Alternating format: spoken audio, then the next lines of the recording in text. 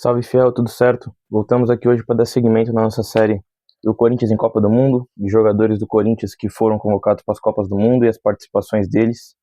E dando seguimento aqui, o vídeo de hoje é sobre a Copa de 54, que aconteceu na Suíça. Nosso último vídeo foi sobre a Copa de 50 no Brasil, que infelizmente termina com o Maracanaço, que tivemos o Baltazar como representante de jogador corintiano na seleção brasileira. E hoje, dando seguimento na Copa de 54 na Suíça, vamos falar de Baltazar novamente, que foi convocado para a Copa de 54, e de Cabeção, um goleiro histórico do clube aí, oriundo das categorias de base. Bom, vamos começar pelo Baltazar, para dar seguimento do último vídeo, que também foi falando do Baltazar. Como eu falei que o Baltazar, eu só ia no vídeo passado citar feitos dele no clube até 1950, vamos citar o restante aqui do que ele fez pelo Corinthians. O Baltazar, só recapitulando, fez 269 gols em 405 jogos pelo clube. Como eu tinha citado no vídeo passado, ele vence o Rio-São Paulo de 50 pelo Corinthians, vai para a Copa do Mundo, enfim. Além disso, vence os paulistas de 51, 52 e 54, o paulista histórico do quarto centenário, que a gente vai falar mais aqui no final. Vence o Rio-São Paulo de 53 também, além do de 50. Vence a pequena Taça do Mundo de 53 também, e ainda o torneio Charles Miller de 55. Bom, a participação do Baltazar na Copa do Mundo. Enfim, o Baltazar e do histórico do clube aqui, como já foi citado, segundo maior artilheiro da história, cabecinha de ouro, enfim. Busto no Parque São Jorge, entre outras coisas, um dos maiores ídolos da história do Corinthians.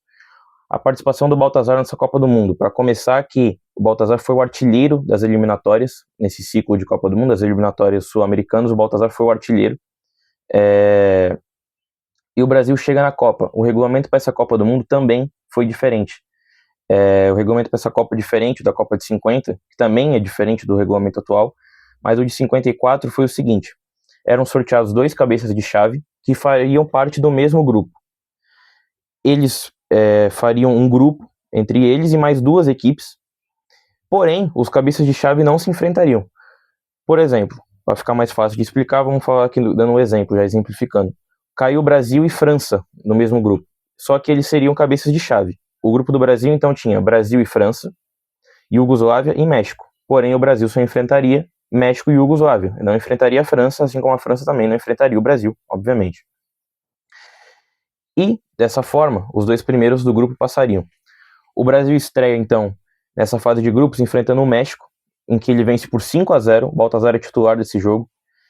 O Brasil vence por 5-0, estaria bem, fazendo saldo de gol, inclusive. O Baltazar faz o primeiro gol da partida, ou seja, o primeiro gol do Brasil nessa Copa do Mundo é do Baltazar, jogador do Corinthians. Até então aqui, falando de toda a nossa série até aqui, o Corinthians tem 3 gols marcados em Copa do Mundo, assim, de jogadores do Corinthians, os 3 gols do Baltazar. Ou seja, o Brasil vence por 5-0 o México. Rodada seguinte, que seria a última do grupo já que o Brasil não enfrentaria a França, como eu citei. Jogo contra a Iugoslávia fica em 1-1, o Baltazar não joga essa partida, mas o Brasil avança para as quartas de final, para o mata-mata. Avança o Brasil em primeiro e o Iugoslávia em segundo. A França, mesmo cabeça de chave, acaba caindo, ficando em terceiro lugar no grupo. O Brasil vai enfrentar a Hungria, um time histórico da Hungria, e acaba sendo eliminado, perdendo por 4-2. O Baltazar joga a partida, acaba não fazendo gol, o Brasil perde por 3-2, um jogo que foi conhecido como a Batalha de Berna. E a Hungria, que tinha um time histórico, como eu falei, acaba chegando até a final do campeonato e acaba perdendo para a Alemanha Ocidental, que foi o primeiro título da Alemanha em Copas do Mundo. O Brasil acaba fazendo uma participação rápida na Copa, só joga 3 partidas, porém também chega até as quartas, porque do fase de grupos você ia direto para as quartas. E também perde para um time histórico, como eu falei, não perder para qualquer time. Acho que foi uma participação razoável até, infelizmente perdeu para um timaço.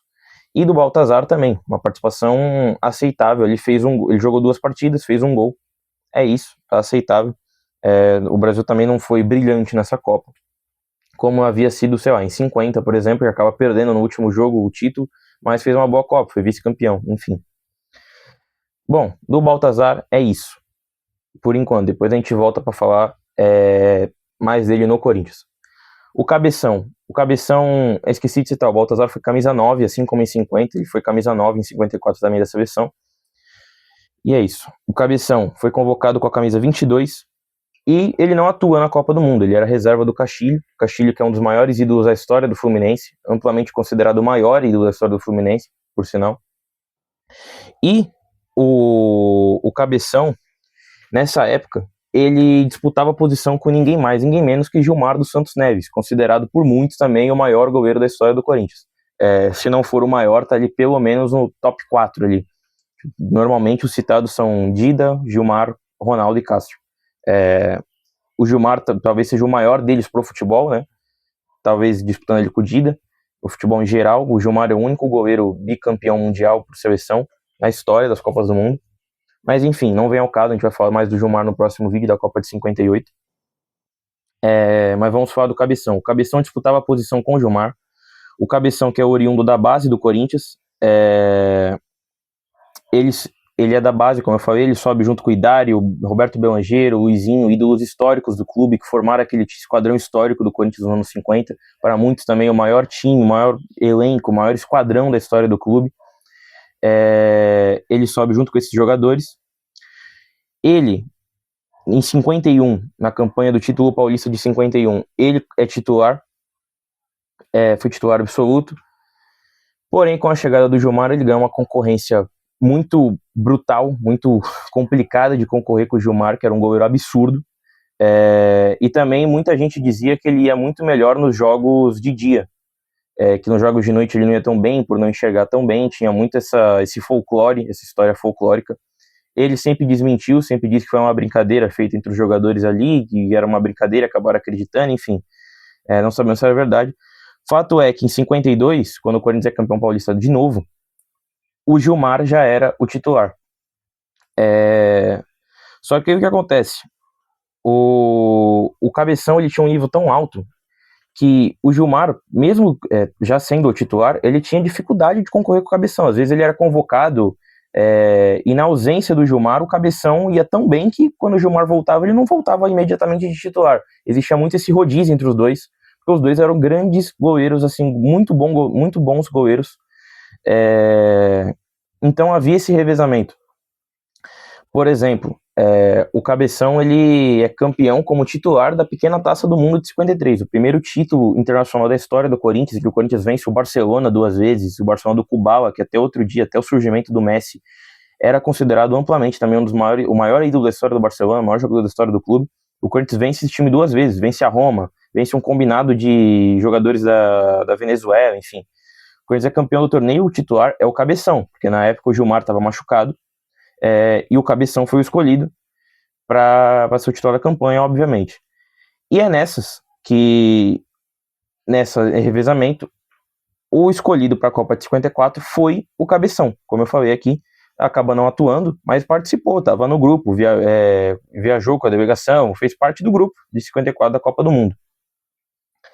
No esquadrão, como posso dizer assim, no time ideal daquele time dos anos 50 do Corinthians ali, de 1950, 1954, 55 ali, que durou aquele timaço do Corinthians, um dos maiores times da história do futebol brasileiro, no time ideal tem o Gilmar, o titular é o Gilmar. Porém, em muitos desses momentos, o Cabeção era o goleiro, de tão bom que ele era, de conseguir competir com o Gilmar e muitas vezes ser escolhido à frente do Gilmar nessas competições. Bom, é isso.